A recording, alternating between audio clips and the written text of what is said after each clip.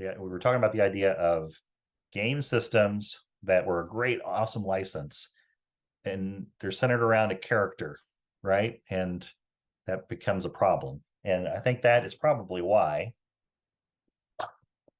there was maybe an issue with Indiana Jones, The Adventures of Indiana Jones. Another TSR product.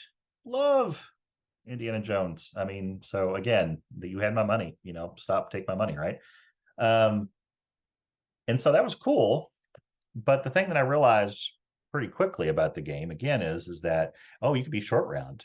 You could be Jock, the pilot from the very beginning of Raiders of the Lost Ark, if you remember. You could be these different characters, Willie Scott. However, you don't want to be Willie Scott. I mean, I love Willie Scott. I have no problem with Willie Scott, but I want to be Indiana Jones, and there can only be one Indiana Jones, right? So that combined with, yeah, you can make your own character in this world, I guess, but that kind of takes away the purpose and the point, right? All right. So we have here, we have several things. I didn't realize I bought those, but they're sitting in here. Okay, let's start with the game itself. So we have different areas of interest, I guess. We have different characters. Here's the stat sheet for that Willie Scott. Okay, again, love Willie Scott. No problem with Willie, right? It's evidence file. That's what they call it. Okay, very, very nice. All right, so anyway, you have all that. Move on. We got Marion in there. Very nice. Yeah, I remember the gameplay didn't exactly wow me. It had its moments. Like, I mean, it tried to make a cinematic adventure happen. Here's a game screen that came with it. That wasn't always the case with these box sets and adventures. Often you had to buy that extra or special, right? But that came with it. You have, okay, kind of runs me a little bit of what happens with Marvel Superheroes, another TSR product. Okay, how roles result in certain actions that are good, not so good, and bad. So this is how to play the game. And yeah, there is. We have the chases and combat, the types of combat here. I don't remember my love extending terribly far. It was like I came in for Indiana Jones, and I was like,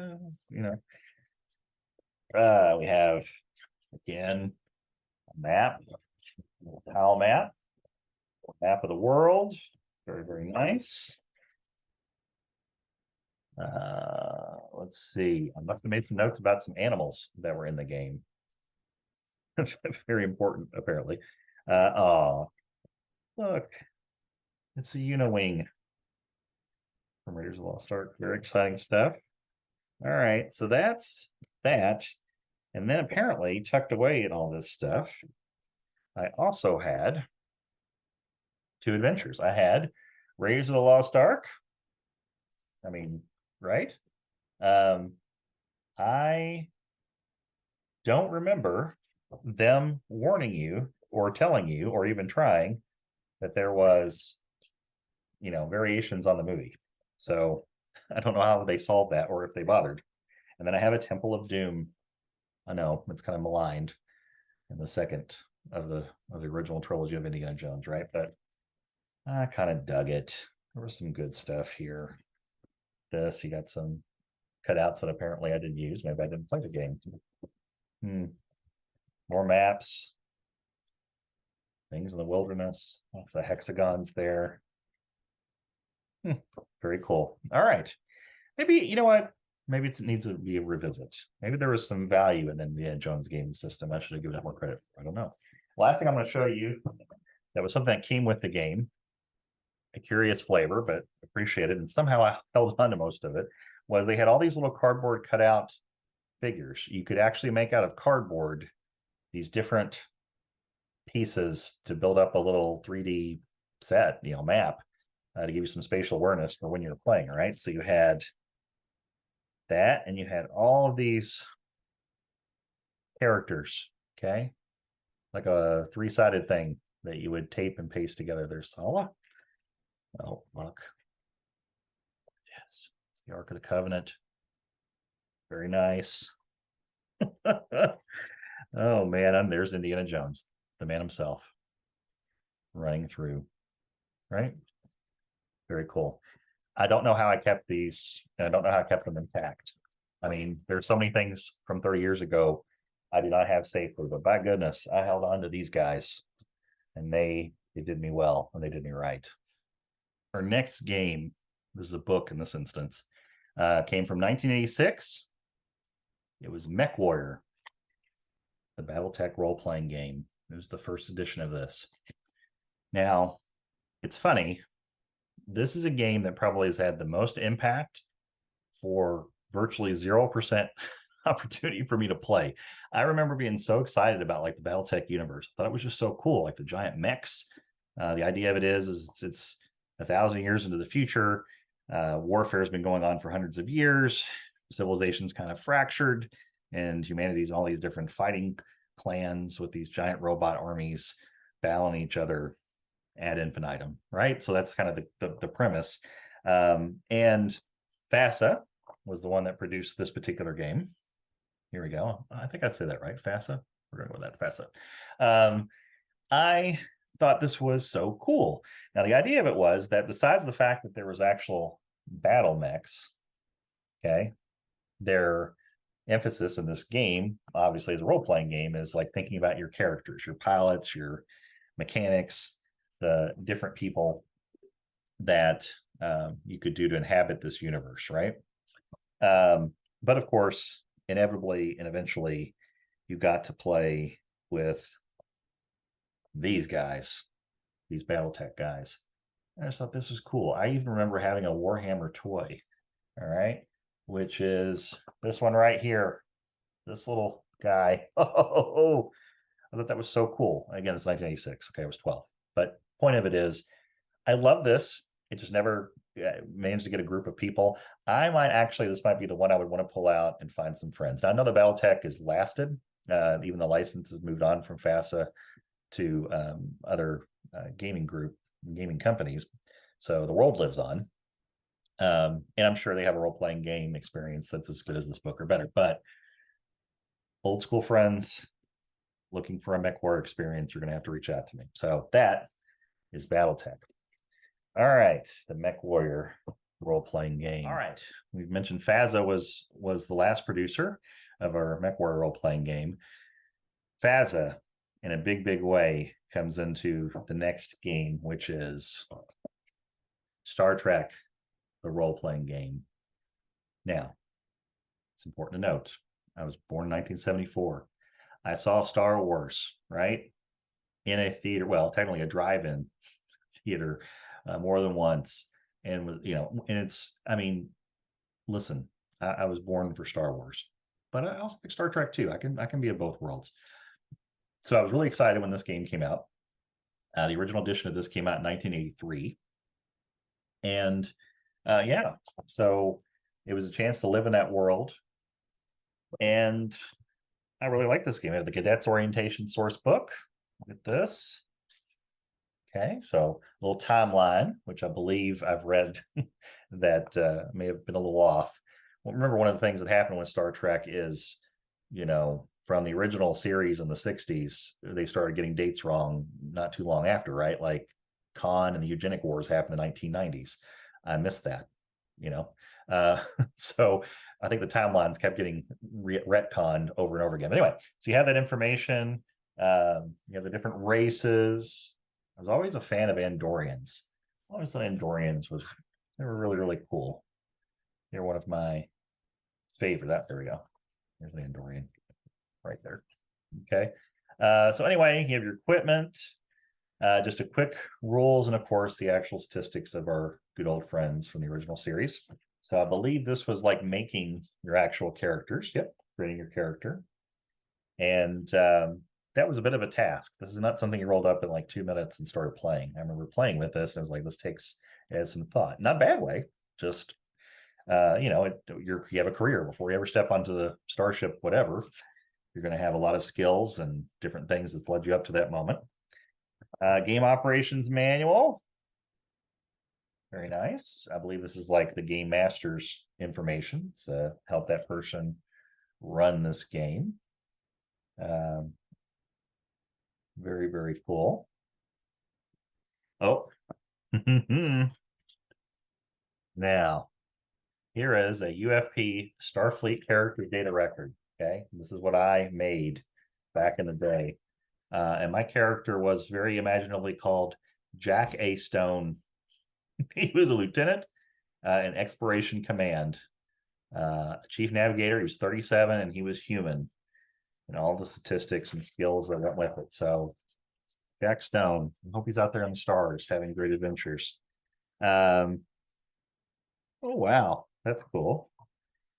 So apparently I decided to rip out of a Dragon magazine, not sure what year, because it had some information like a new alien race.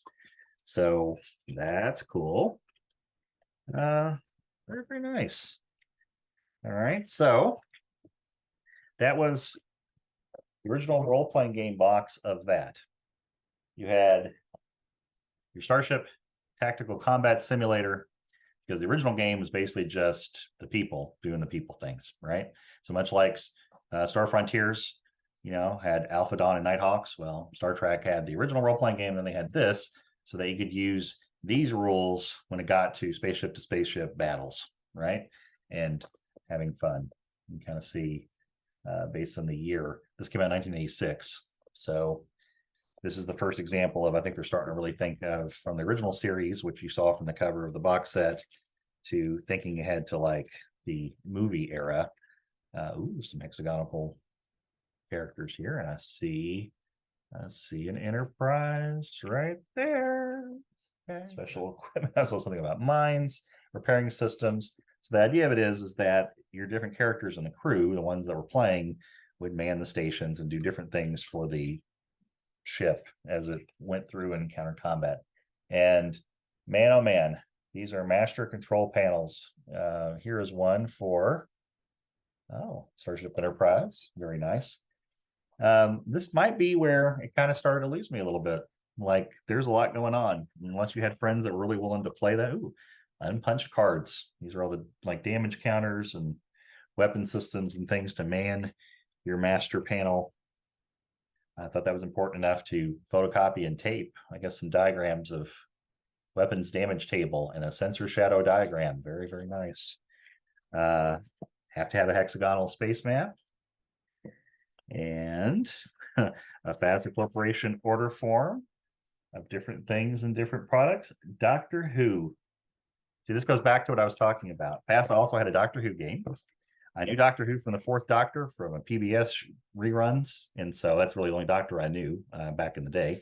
And probably thought that was cool. Never to the point where I bought the game. But see, that's another example of like James Bond and the Indiana Jones problem. Like, why would you play a role-playing game where you'd be just a companion? Like, everyone would want to be a doctor, right? A Gallifreyan. But anyway, I digress. That's a game I didn't buy, so it's not here.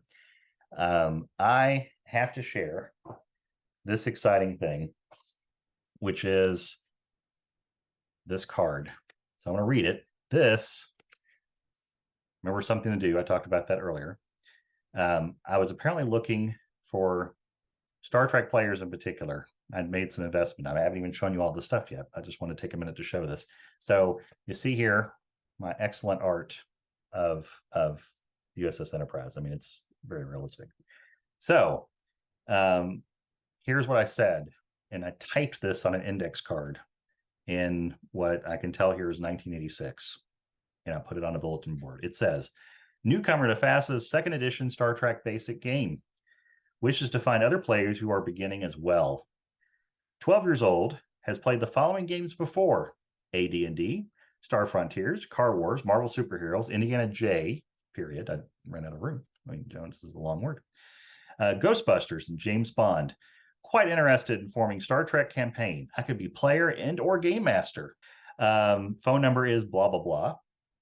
Caller should live preferably in Hikes Point area or somewhere close. Would prefer age to be between 10 and 14.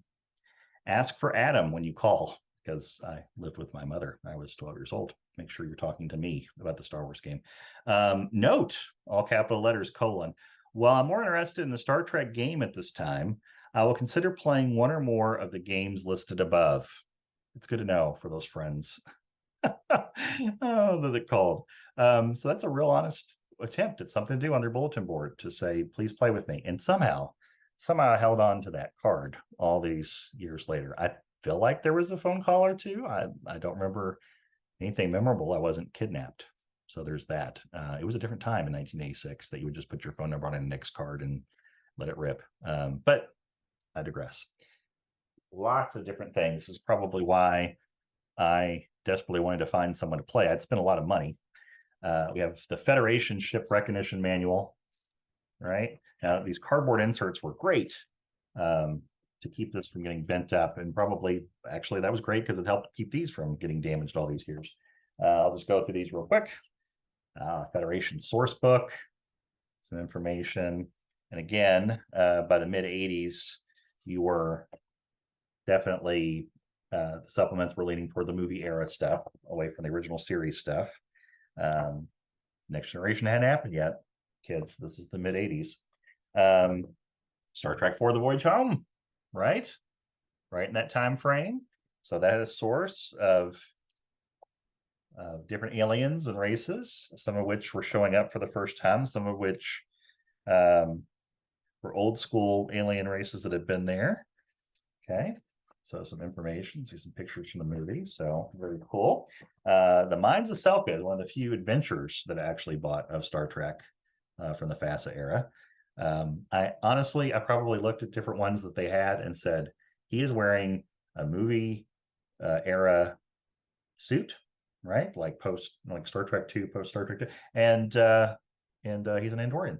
So that must be a cool game or adventure. I had to buy it. So there's that. We have a Klingon ship recognition manual.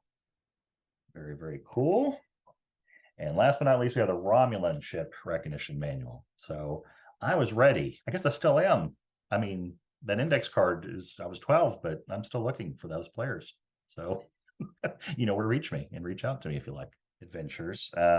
This is one I kept. And interestingly, I don't know how the licensing worked because this came out in 1985. So right along when all those FASA products that I've been talking about came out. But it's Star Trek. The 3 is a misnomer. It really has nothing to do with the movie Star Trek 3, but it is definitely, though, 3 solitaire games and 1 solitaire. And that is definitely something exciting for me when I picked this up. I think because it was, I didn't need a game master or a dungeon master or anything. I could play this on my own. Now you'll see that there are 3 different adventures. And the first one definitely probably brought me in. If you are a Star Trek fan, you know that there's the famous Kobayashi Maru. It's a no-win scenario that all people in command have to go through, not to beat, but just to know what it's like to be in a situation where you basically lose. Famously, James Kirk cheated the computer system and won. He was the only one to do so, or at least the first one to do so. Anyway, you can play the actual Kobayashi Maru scenario, again, as a solo adventure. Set up your things and go. There's also the Sherwood Syndrome, where you go back to a Robin Hood kind of setting with your crew. And again, this is the movie era / original series crew friends. And then Free Enterprise apparently is some kind of business thing. An advanced race has said that they will join whichever culture proves to be the superior trader. So you're competing with the Klingons in order to win over these friends, hopefully for them to join the Federation. So at least I was organized. Let's to make sure these don't fall out after all these years. Here's all these counters inside of the game. These little pieces of paper. I was keeping track of some stuff about Kirk, Spock, and McCoy. Apparently acknowledging one of the role-playing games. I'm thinking maybe the Sherwood Syndrome, perhaps. You had a look. Little map. Here's the one for the Sherwood Syndrome. The Kobayashi Maru. Rules of play. And all that works. All right. So apparently lots of fun stuff there for solo play in Star Trek. And West End Games is coming up to the end of our last 2 things to share. Because West End Games in 1986 came out with Ghostbusters, a movie I loved, and ended up being a really fun game. Not least of which because, and this is really hard, just like the movie itself, think about it. Like the movie is a classic comedy / horror. It has enough of both to be compelling and has lasted the years and ages. It's a classic movie, right? But it's hard to get that mix just right. Well, same thing with the role-playing game experience. It's really hard to figure out how are you going to capture the zaniness, there's a word, the zaniness of the movie in a gaming experience. You know, you can't be too serious, can't be too silly, got to have a little bit of a challenge, but not too overwhelmingly so, because after all, it's really more of a fun feel, right?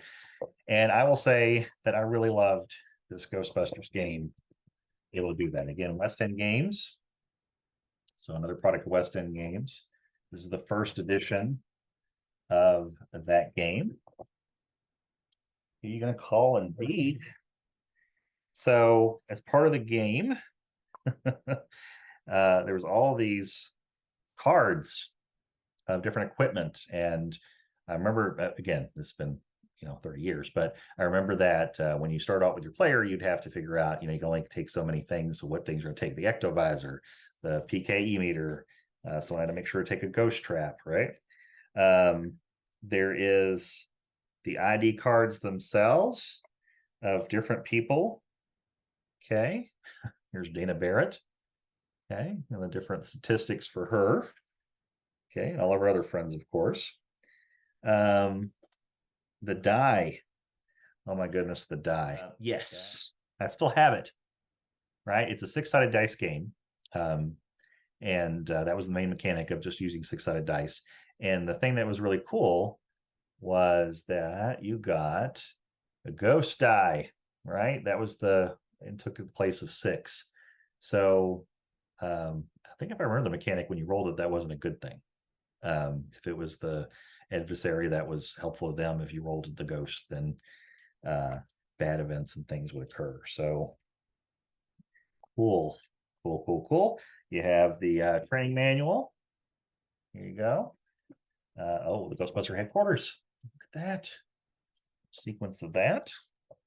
So yes, it had a great way of learning the rules. You had kind of Venkman and other Ghostbusters making the little snide comments along the way as far as learning how to play. It was a game that was really fast to play, I remember, as far as the rules. And then you had the Ghostbusters operations manual. So this is the game master. I think they were called the Ghost Master. Now that I remember that just occurred to me. So the idea of it is that you could create franchises in different cities. So that was kind of a fun idea, that maybe you could have a Louisville Ghostbusters edition. Different ideas, a random adventure table here. I mean, good stuff. Typical 10 minutes of play. I mentioned that earlier in the James Bond Victory Games module. I think this is underrated. I think that if you're on the younger side, to have an idea where it's like a script and you see how people are playing back and forth. Now, I say this out loud. That was fantastic in 1986.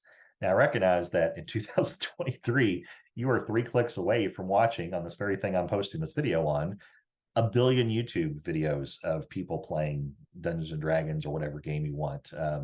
Really, almost virtually any game you could probably search and find. So you probably don't need a script of typical 10 minutes of play. You would just watch videos and learn pretty quickly by watching other people play. So I guess that's why they got phased out. Boy, oh boy, thinking about this out loud. Again, some quick things. Form letter of acceptance of franchise application. That's clever. Okay, congratulations. You have now opened up a franchise. And look what I have. I wasn't sure if I had this. This is cool. Their Ghost Toasties adventure. I think it was their first Ghostbusters adventure. So they're all the classes that they had of the different ghost.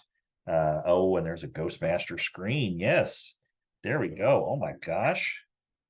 Wow. So yes, this folds out. And so like any good Ghostmaster screen, that's what this is. It's got all the stuff. Pretty cool. Looks like the dashboard of the Ecto one. Designing a character, designing a Ghostbuster. Very cool. And then of course there was the adventure itself. That was apparently a good time. And there were some cutouts of stuff. Boy, oh boy. I don't know exactly what that had to do with the game, but there it was. There was a Yummy Food Palace, apparently.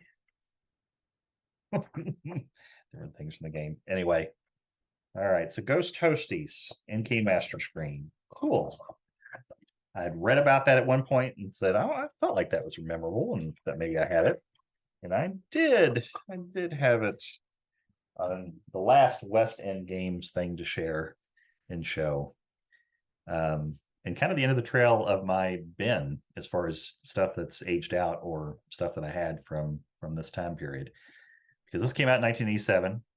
I remember seeing advertisements for it and thought, this is what I've been waiting for. This is almost why I've been playing role playing games. I started with Star Frontiers. Obviously, I love science fiction as a genre. Love fantasy too. Don't get me wrong.